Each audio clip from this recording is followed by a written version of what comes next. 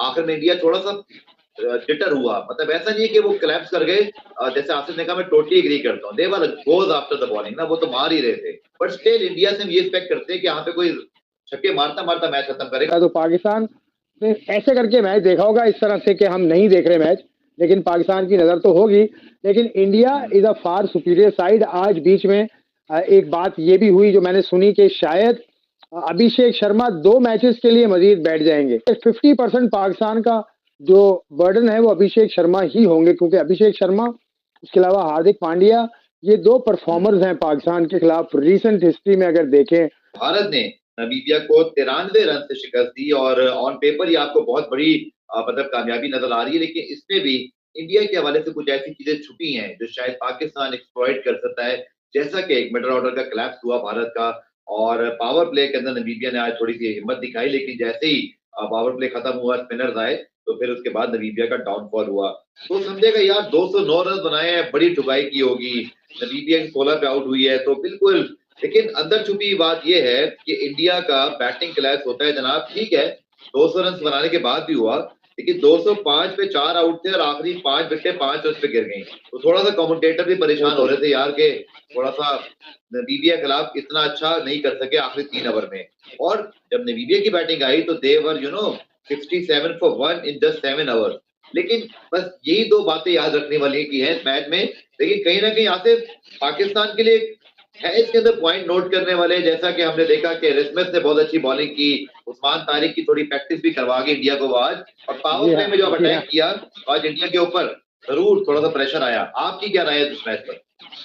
देखो मैच असल में थोड़ा सा अगर नामीबिया के वो पल्ले में गया था तो वो आखिर के चंद ओवर्स में गया था, और आपने सही कहा एरास्मस, बिल्कुल मुझे भी देख के लगा कि उस्मान तारिक की ये बिल्कुल बिल्कुल कॉपी है। उस्मान तारिक जो सिर्फ रुकते नहीं है, वो आके बस बॉल कर देते हैं, तो अंडर आर्म, उनका अंडर आर्म तो नहीं, मतलब उनका भी बहुत स्प्रिंगी एक्शन है।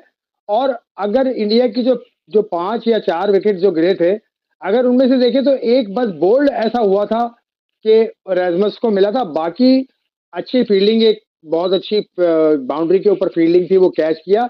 बाकी इंडिया के प्लेयर्स जिस तरह से खेल रहे थे, तो वो आउट होने के लिए ही मतलब यूं मैं नहीं कह रहा कि जानबूझकर आउट हो रहे थे, लेकिन वो क्योंकि स्कोर काफी हो गया था, 202 रन पे ये विकेटें सारी गिरी, तो कोई ऐसा खास चीज नहीं है। लेकिन पाकिस्तान को क्या सोचना है, क्योंकि ये विकेट ये नहीं है, श्रीलंका में मैच ये नहीं हो रहा था, तो श्रीलंका जैसी विकेट्स तो नहीं है इंडिया में, लेकिन किसी हद तक पाकिस्तान को भी यही मसला तो दरपेश है, मिडिल ऑर्डर का ही तो प्रॉब्लम पाकिस्तान भी फेस कर रहा है। तो पाकिस्तान ने ऐसे करके मैच देखा होगा इस तरह से कि हम नहीं देख रहे मैच, लेकिन पाकिस्तान की नजर तो होगी।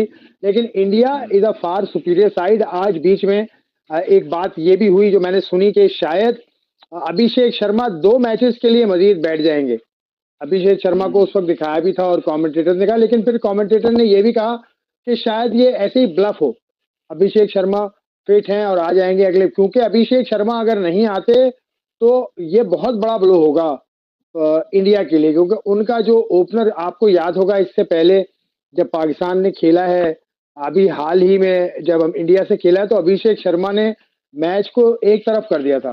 तो अभिषेक शर्मा का जो, और लेकिन वो हारिस रऊफ भी इस दफा नहीं है, चलें अच्छी है बात ये भी है, लेकिन अभिषेक शर्मा का ना होने से इंडिया की, मतलब यूं समझिए कि 50% पाकिस्तान का जो बर्डन है वो अभिषेक शर्मा ही होंगे, क्योंकि अभिषेक शर्मा, उसके अलावा हार्दिक पांड्या, ये 2 परफॉर्मर्स हैं पाकिस्तान के खिलाफ रिसेंट हिस्ट्री में अगर देखें पिछले 2 साल में। और हार्दिक पांड्या ने परफॉर्मेंस आज अच्छी खासी परफॉर्मेंस दी है हार्दिक पांड्या ने, इंडिया के टॉप ऑर्डर ने, और मतलब पाकिस्तान को सीखने के लिए तो कुछ नहीं है, लेकिन पाकिस्तान के लिए पॉइंट ये है कि पाकिस्तान को बिल्कुल एक क्रिकेट खेलनी होगी, अपनी top of the line cricket सबने।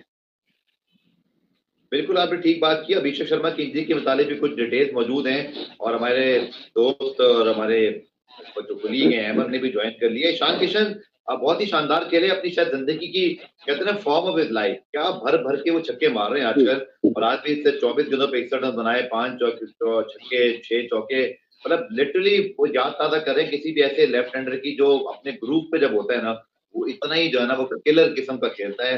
संजू सैमसन अगेन थोड़ा सा ब्रीफ ही खेले, लेकिन तिलक वर्मा, सूर्य कुमार यादव कंट्रीब्यूट नहीं कर सके। हार्दिक पांड्या एज यूजुअल, मुझे तो सर ऐसे लगता है, अमर अगर मैं आपकी तरफ आऊं, जब जब हार्दिक पांड्या अपनी जोबन पर होता है ना, फिटनेस पे, वो इंडिया की 11 में एक ऐसा बैलेंस क्रिएट करता है।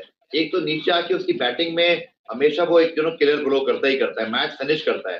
दूसरा उसका इम्पैक्ट बॉलिंग में भी नजर आता है। हमने जब भी, मुझे अच्छी तरह याद है, जब हमने वो मैच भी जीता था इंडिया से 2022 वाला, तो हार्दिक पांड्या उस पर स्क्वाड में नहीं थे। मैं ये नहीं कह रहा कि उतने हार्दिक पांड्या होते तो कुछ भी हो जाता, लेकिन हार्दिक पांड्या इन फॉर्म है, फिट है, और ऊपर से उनके पास जो किलर किस्म की बैटिंग लाइन है। ईशान किशन, सॉरी, जो संजू सैमसन, उनकी अभिषेक शर्मा की जो बात हो रही थी, उनको जी स्टमक बग हुआ था, और रिपोर्टेडली उनका वेट भी गिरा है, थकावट भी फील कर रहे होंगे, और मेरे ख्याल में इसीलिए आज कैमरे पे तो बड़े ठीक ठाक लग रहे थे, लेकिन शायद उनकी रिकवरी डॉक्टर्स के मुताबिक अभी पूरी नहीं होगी, वो उनको नहीं उतारना चाहते होंगे फटीग की वजह से। अहमद, आपकी क्या राय है? हार्दिक पांड्या ने जिस तरह आज भी आके जब वो मार रहे थे, तो लग रहा था वो किसी भी बॉलर को किसी भी जगह फेंक सकते हैं, और यही उनकी होने की वजह से इंडिया को एडवांटेज होता है। बट ओवरऑल ही उनकी पूरी 6 के 6 7 बैटर जो है, वो सारे एक से बढ़ के हैं। जी, बिल्कुल। एक तो ये कि पहले अगर हम हार्दिक पांड्या पे बात करें, तो हार्दिक पांड्या उनके नो डाउट बड़े ज़बरदस्त किस्म के ऑलराउंडर हैं, दुनिया के वन ऑफ द बेस्ट, काफ़ी सालों से चल रहे हैं। उनका यही बैलेंस हम देखते हैं कि वो कंप्लीट बॉलर भी हैं, यानी आप उनको बॉलिंग भी रेगुलर बेसिस पे करते हुए देखते हैं, और बैटिंग में वो पूरे बैट्समैन हैं। वो वाली बात नहीं है कि सिर्फ 10 गेंदों पे 25 से 30 करने वाले। हमने उनको टेस्ट क्रिकेट में सेंचुरी भी करते हुए देखा है। उनको क्रूशियल मौकों पे मतलब लंबी इनिंग्स भी बीच में खेलते, मुश्किल जगहों पे खेलते हुए देखा है, तो वो एक बड़े कैपेबल काइंड ऑफ बैटर भी हैं। और मुश्किल मौके आप देखिएगा, कई मौकों में गेम मुश्किल मौकों पे टर्न अराउंड इंडिया के हक में भी है हार्दिक पांड्या ने, व्हाइट बॉल क्रिकेट में स्पेशली जो ज्यादा खेलते हैं। और दूसरी बात ये कि इंडिया को लक्ष्य ये है कि उनके पास इतनी कैपेबल और इतनी लंबी बैटिंग लाइनअप है, और जो ऑलराउंडर्स उनके पास है वो बॉलिंग में भी पूरे उतरते हैं, बैटिंग में भी। जैसे आप देखिए कि अक्षर पटेल हैं, वो पूरे ओवर के बॉलर भी और बैटिंग भी ठीक ठाक कर लेते हैं। हार्दिक पांड्या भी उसी तरह का तवाज़ुन जो है वो इनकी टीम को जो है वो फराहम करते हैं। तो ये उनको लग्जरी देती है कि थोड़ा एक्स्ट्रा बैटर भी ऐड कर लें। अब आप देखिए, स्टार्ट कीजिए, मिसाल लीजिए, अभिषेक भी खेल रहे हैं तो अभिषेक भी हैं, ईशान किशन भी हैं, उस मुश्किल में से एक को आउट करेंगे तो आप नीचे से आपके पांड्या मौजूद हैं, आपके बस इनके पास संजू सैमसन है, अगर वो 11 में नहीं भी होते तो इनके पास शिवम दुबे जैसा बैट्समैन मौजूद है, इनके पास रितु सिंह मौजूद है।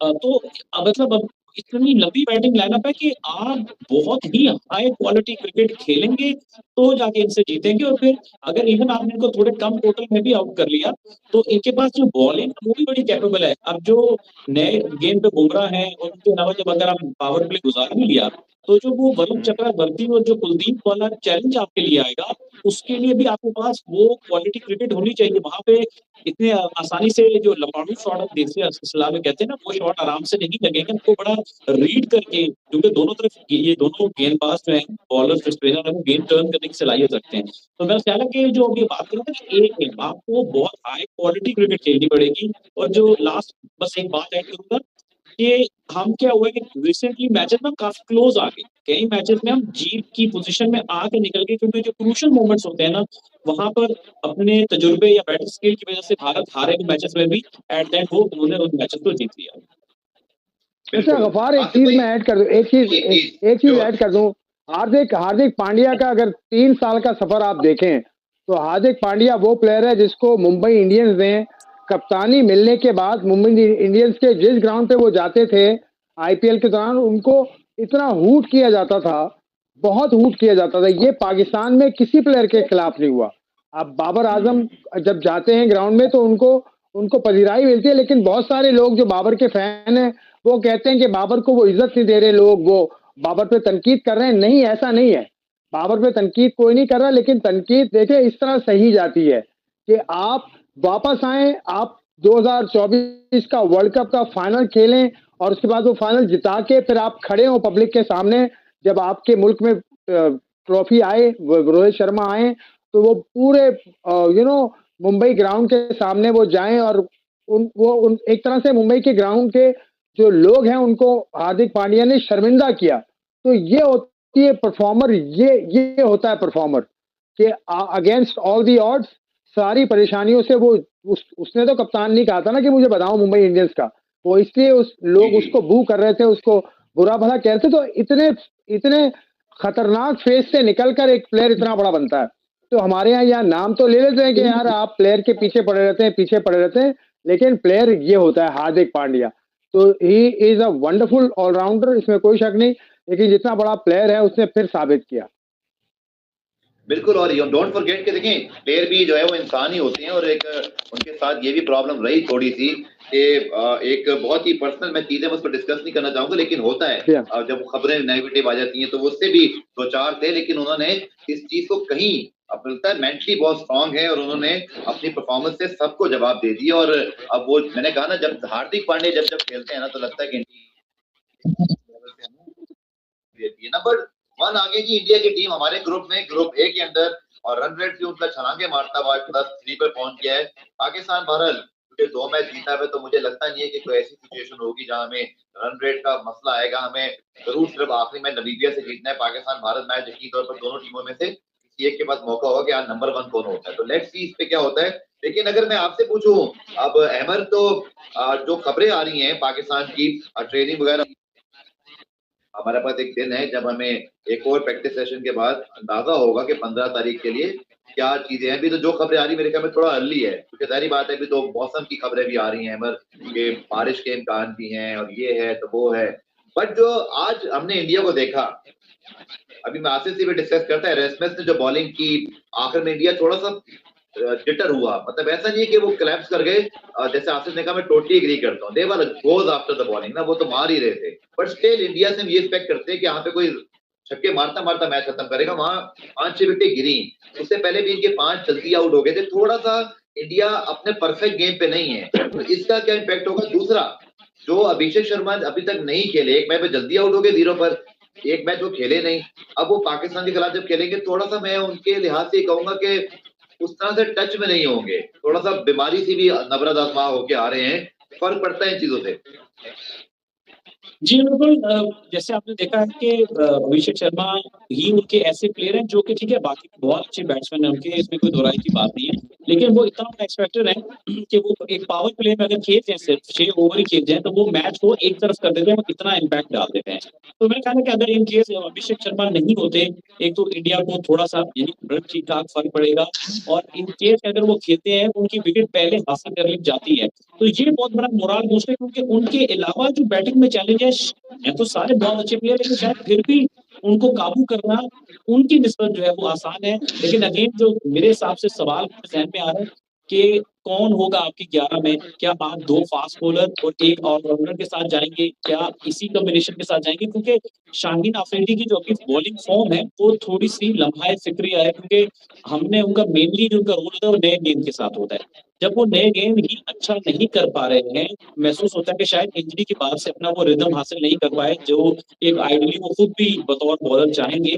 तो ये क्वेश्चन मार्क, और आवाज ये भी आ रही है कि नसीम शाह को होना चाहिए। तो अब मेरा सवाल ये है कि नसीम आएंगे तो क्या शाहीन की जगह पे आएंगे या सलमान मिर्जा को फिर बाहर रखा जाएगा, क्योंकि सलमान मिर्जा ने पिछले 6-8 माह में मुनासिब बॉलिंग की, अच्छी बॉलिंग की है, वो आपके लिए थ्रू आउट परफॉर्म करता हुआ आ रहा था। तो उस बेचारे को मेरा ख्याल है कि आपको कभी-कभी नए प्लेयर को ट्रस्ट करना चाहिए, क्योंकि वो स्पीडी बॉलर में जितने भी बॉलर हैं, इनमें जो सबसे अच्छी लेंथ मेरी ज़ाती राय है वो सलमान मिर्जा के पास है, हार्ड लेंथ और स्पीडी बॉलर है, वो नए तरह का चैलेंज लेके आते हैं। सो ये मेरा ओपिनियन है कि आपको सलमान मिर्जा को भी कंसिडर करना चाहिए। और इसमें आसिफ भाई से भी जानना चाहूंगा, आसिफ भाई आपको क्या लगता है कि थोड़ी परेशानी तो है हमारे लिए कि शाहीन उस तरह से फॉर्म में नहीं दिख रहे? देखिए शाहीन बिल्कुल आपने दुरुस्त कहा, शाहीन वो लेंथ हिट नहीं कर पा रहे हैं शाहीन, लेकिन अब ये पिच कोई और है, ये पिच प्रेमदासा की पिच है जो कि हिस्टोरिकली स्पिनर्स को मदद देती है। तो अगर आप 2 फास्ट बॉलर, 1 फास्ट बॉलर भी खिलाएं ना, और 1 फ़हीम अशरफ हो आपके साथ, तो मुझे लगता है वो काफ़ी होंगे। 1-2 ये फास्ट बॉलर, उसके अलावा उस्मान तारिक, अबरार अहमद, नवाज, तो ये बॉलिंग आपकी पूरी नजर आती है मुझे। 1 फास्ट बॉलर यानी शाहीन अफरीदी को अगर ड्रॉप किया जा सकता है, बिकॉज लेकिन उसका नाम इतना बड़ा है, हमेशा हम नाम पर खेलते हैं, तो हम नाम की वजह से शायद ड्रॉप नहीं कर पाते। लेकिन शाहीन शाह अफरीदी इस बॉलिंग फॉर्म के साथ कोई इम्पैक्ट मुझे मतलब डालते हुए नजर छोड़ दें, मुखालिफ टीम के ऊपर कोई प्रेशर उनका नहीं है, जैसे वसीम का होता था, वकार का होता था, या शोएब अख्तर का होता था, ऐसा कोई प्रेशर नहीं है। तो अगर शाहीन नहीं भी खेलते तो कोई ऐसी बात नहीं है। शाहीन अगर नहीं खेलेंगे तो हाँ, ये प्रेशर होगा कि यार किसको खिला रहे हैं ये? शाहीन अफरीदी को बिठाकर ये आखिर किसको खिला रहे हैं? तो हमारा जो स्पिन बॉलिंग अटैक है वो काफ़ी है। उस्मान तारिक, शादाब खान, अबरार अहमद, मोहम्मद नवाज़, ये 4 स्पिनर्स हो गए। फिर आपके पास और बॉलिंग कर भी लेते हैं। आगा सलमान अगर करना चाहें बॉलिंग तो कर लेंगे। फिर सलमान मिर्ज़ा और फ़हीम अशरफ, और ये 6 बॉलर्स ये हो गए। तो मुझे लगता है ये 6 बॉलर्स काफ़ी रहेंगे। शाहीन अफरीदी को रेस्ट किया कराया जा सकता है, कोई ऐसी बात नहीं है। ओके, अहमद मैं आपसे ये ज़रूर पूछूंगा कि इंडिया की जो 11 है, क्योंकि जाहिर बात है अब बहुत सारी चीजें हमें अपने दूसरी टीमों की उस तरह से पता नहीं होती, लेकिन अगर आपके नॉलेज में है या आसिफ जी, कुलदीप यादव जो है वो दोनों मैच नहीं खेले और पाकिस्तान के खिलाफ उनका रिकॉर्ड हमेशा आउटस्टैंडिंग रहा है, स्पेशली बाबर आजम को उन्होंने काफी मरतबा आउट किया है। तो कोई इस तरह की स्टोरी आपने हर्ट की है कि कोई उनकी इंजरी का इशू है या 11 में चाहे वो जगह भी नहीं बन रही? आई एम श्योर कि पाकिस्तान के खिलाफ मैच में वो स्टार्टिंग 11 में जरूर होंगे। आप दोनों को कोई इसकी अगर बैकग्राउंड नॉलेज हो या ये टैक्टिकल डिसीजन है? नहीं, मैंने अभी क्रिकेट इन्फो चेक किया है आने से पहले और उसमें कोई ऐसी बात नहीं थी। कोई ऐसी बात नहीं थी। कुलदीप यादव सही है। हाँ, वो पाकिस्तान के खिलाफ उसका रिकॉर्ड बहुत अच्छा है और वो है भी बड़ा अनयूजुअल सा ना, लेफ्ट आर्म लेग स्पिनर है वो, तो बड़ा अनयूजुअल सा है। और पाकिस्तान के कोई भी प्लेयर, पाकिस्तान की डोमेस्टिक सर्किट में भी कोई इस तरह का बॉलर नहीं है। मैंने अभी पूरा डोमेस्टिक सर्किट सिस्टम मतलब डोमेस्टिक टूर्नामेंट देखा है, तो लेफ्ट आर्म लेग स्पिनर कोई पाकिस्तान में नहीं है। एक सुफियान मुकीम है, लेकिन वो किसी भी टीम में नहीं थे अभी। अभी वो शाहीन के साथ जा रहे हैं। वो लेफ्ट है और बिल्कुल फैसल अकरम एक ऐसे बॉलर जरूर है जो मिलते-जुलते हैं जरा उनसे। हाँ, फैसल अकरम खेले इतना ज्यादा नहीं। पाकिस्तान टेलीविजन की टीम में है फैसल अकरम, लेकिन वो खेले नहीं, तो इतना ज्यादा खेले नहीं। तो बहरहाल इस तरह का स्पिनर बहुत मुश्किल होता है और मुश्किल डालेंगे और वो आएंगे। बिल्कुल आपने सही कहा, वो तो मेन वेपन होंगे। एक बुमराह, एक वो मेन वेपन होंगे पाकिस्तान के खिलाफ अच्छा, ऑफ इंडिया। इसमें एक नुक्ते और पे बात करना चाहूंगा। मेरा ख्याल है कि जो सबसे बड़ा चैलेंज होगा ना पाकिस्तान की बैटिंग के लिए, वो यही, खासतौर पर ये दोनों खेलते हैं तो जो वरुण चक्रवर्ती और कुलदीप के 8 ओवर होंगे, ये सबसे बड़े चैलेंज होंगे पाकिस्तान के लिए।